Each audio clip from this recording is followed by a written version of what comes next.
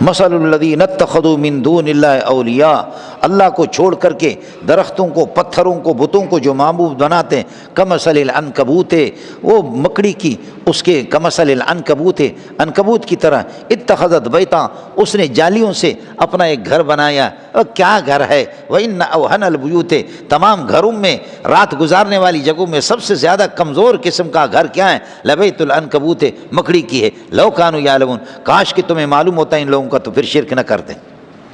لیکن آپ کو سمجھ میں نہیں آئے گا کہ اس مثال میں اللہ نے مشرکین پر اور بدعتیوں پر وہ میزائل لگایا کہ خدا کی قسم سب سے زیادہ ذلیل کر کے چھوڑ دیا۔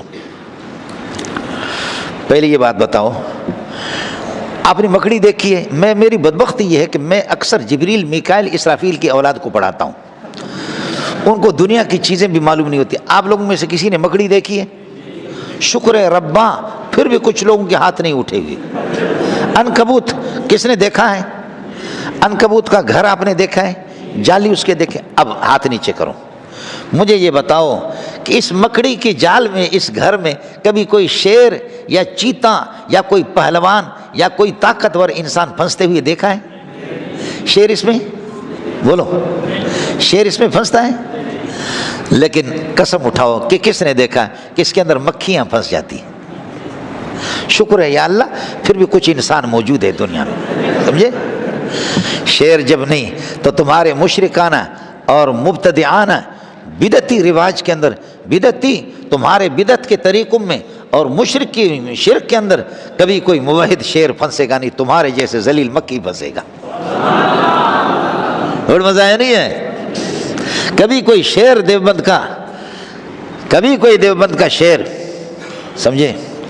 مگس کو باغ میں جانے نہ دینا کہ ناحق خون پروانے کا ہوگا۔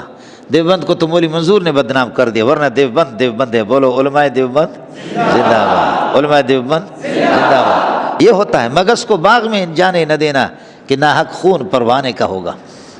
پروانے تو پروانے ہوتے ہیں، لیکن مکھی جب جائے گی تو پھر پروانوں کی خیر نہیں ہے۔ شیخ مصر جب آیا، شیخ مصر جب آیا، ایک غیر مقلد عالم، بہت بڑے عالم ہیں، میں ان سے استفادہ کرتا ہوں، لیکن اتنا بڑا نہیں ہے جتنا ہمارے اکابرین دیوبند بڑے ہے۔ مانتا ہوں، استفادہ ہم کرتے رہتے، استفادہ کرتے، دشمنوں کی کتابوں سے بھی ہم کرتے ہیں۔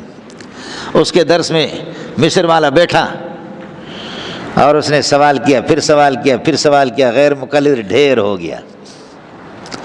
اس کو کسی نے کہا کہ ایک چھوٹے سے قد کا آدمی ہے، وہ ابو ایوب انصاری کی اولاد میں سے، جس کو مفتی کفایت اللہ کہا جاتا ہے، اس کے پاس جاؤ۔ مفتی کفایت اللہ کے پاس گئے، 2-3 دن مہمان بن کر کے سوالات سوالات سوالات، مفتی کفایت اللہ جواب دیتے رہے، لیکن آخر مفتی صاحب نے فرمایا میں آپ کو ایک اور راستہ بتا دیتا ہوں، انشاءاللہ دل آپ کا خوش ہو جائے گا، آنکھیں آپ کی ٹھنڈی ہو جائیں گی۔ کہنے لگے دا سوکھ دے، کہنے لگے دیوبند میں ایک ہے، اس کا نام انور شاہ ہے۔ شاہ صاحب کا سبق ختم ہو گیا، آ کر کے تھوڑا سا سبق اس نے سنا، شاہ صاحب نے اس کو دیکھا تو عربی میں اسباق شروع کیا۔ قربان جاؤں شاہ صاحب آپ پہ، سمجھے؟ عربی میں سبق شروع کیا۔ اس نے کہا کہ اعد ما درست، جو آپ نے درس دیا اس کو واپس لوٹا دو۔ شاہ صاحب نے واپس لوٹایا پورا سبق عربی میں، خلاصہ بیان کیا۔ آج اشکالات کے جواب دیا، کل پرسوں ترسوں غصہ ہو کر کے وہ کنٹرول نہیں کر سکے، کھڑے ہو گئے، کہنے لگے کہ واللہ لو حلفت انک اعلم من ابی حنیفہ لما حنست، خدا کی قسم اگر یہ کہہ دوں تم ابو حنیفہ سے بڑے عالم ہو تو مجھ پر کوئی گناہ نہیں ہوگا، میں حارث نہیں ہو جاؤں گا، آپ ابو حنیفہ سے بھی اونچے۔ شاہ صاحب نے فرمایا سڑے چپ شے، سڑے بکواس مت کوا، چپ شے، اسکت۔ کہا کہ آپ نے میرا علم مان لیا؟ کہا مان لیا۔ کہا خوب مان لیا؟ کہا خوب مان لیا۔ کہا کہ پھر میں جو کچھ کہوں گا وہ بھی مانو گے؟ کہا بالکل مانوں گا۔ کہا اللہ کی قسم میرا علم ابو حنیفہ کے علم کا ایک قطرہ ہے سمندر کا، اب تو مان۔ تو نے تو انور شاہ کو دیکھا، تو نے ابو حنیفہ کو دیکھا بھی؟ بولو، تو نے تو ابو انور شاہ کو دیکھا جو ابو حنیفہ کے، یہ کہ اللہ آپ کا بھلا کرے، علوم کا کچھ حصہ اس کے پاس ہے، آپ نے ابو حنیفہ کو دیکھا بھی نہیں، تو کیسے مجھے ابو حنیفہ سے بڑا کہا؟ میں بڑا ہو کر کے آپ کو بتا رہا ہوں کہ میرے جیسے لاکھوں ابو حنیفہ تک نہیں پہنچ سکتے۔ بولو ابو حنیفہ زندہ باد، بولو ابو حنیفہ زندہ آباد، بولو ابو حنیفہ زندہ آباد۔ سمجھتا؟ گل بھی گئے گلشن بھی گئے، گل بھی گئے گلشن بھی گئے، پھولوں کے پتے رہ گئے، اچھے سارے مر گئے، الو کے پٹے رہ گئے۔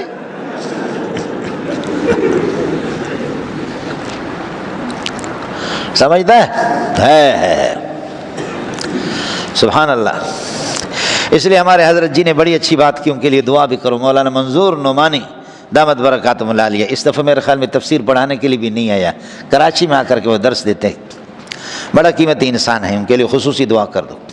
ظاہر پیر والے ایک بڑا منظور تھا، ہے کیا کہنا اس منظور کا۔ حضرت اقدس مفتی رشید احمد رحمۃ اللہ فرماتے ہیں ہندوستان پاکستان میں ایسا کوئی مدرس ہے ہی نہیں، سمجھتا ہے؟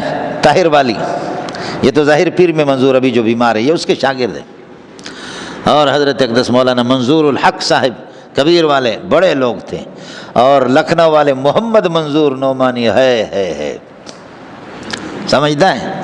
جتنے منظور تھے سارے منظور تھے، ایک منظور ہے آپ کے سامنے مردود ہے، سمجھتا ہے؟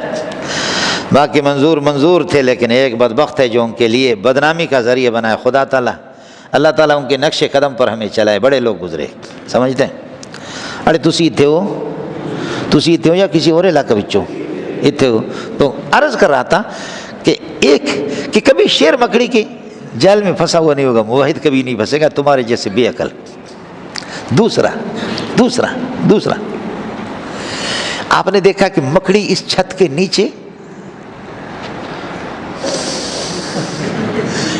نیچے گھر بناتا ہے، اس کے نیچے۔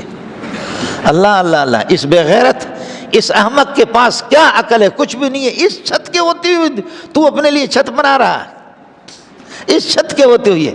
ہمیں خدا کی توحید کے چھت کے ہوتے ہوئے تمہارے بتوں کی چھت کی ضرورت نہیں ہے۔ خدا کی توحید کے چھت کے ہوتے ہوئے تمہارے بتوں کی چھت کی ضرورت نہیں ہے۔ آپ کو مزہ ہے نہیں ہے؟ سمجھے؟ ہم مکڑی نہیں ہے جی۔ قرآن کے میزائل دیکھو کیسے میزائل لگاتا ہے۔ تیسرا سن لو، کیا مکڑی کا گھر سریا سے بنا ہوا ہوتا ہے؟ کس طرح بنتا ہے؟ وہ اس کے منہ میں ایک تار سا ہوتا ہے، سمجھے؟ وہ اوپر سے اپنے آپ کو چھوڑے گا، نیچے آئے گا، پھر واپس اس تار کو پکڑ کر کے ایک تار اور، پھر واپس آ گیا ایک تار اور۔ یہ کئی تار ہوتے ہیں جو اس کے منہ سے نکلتے ہیں، سمجھتے ہیں؟ یہ منہ کے باہر کے یہ تار ہوتے ہیں۔ مشرک کے پاس حقیقی کوئی دلیل نہیں ہوتی، یہ باہر کے تار ہوتے ہیں۔ مشرک کے پاس کبھی بھی دلیل نہیں ہوتی، یہ اس قسم کے باہر کے، اللہ آپ کا بھلا کرے، کیا ہے؟ اس قسم کی مکڑیاں ہوتی ہے۔ ہم اس قسم کے اس سے جاتے بھی نہیں ہیں، آپ کے شکار میں نہیں آئیں گے۔ اے کاش کہ آپ کو سمجھ میں آئے۔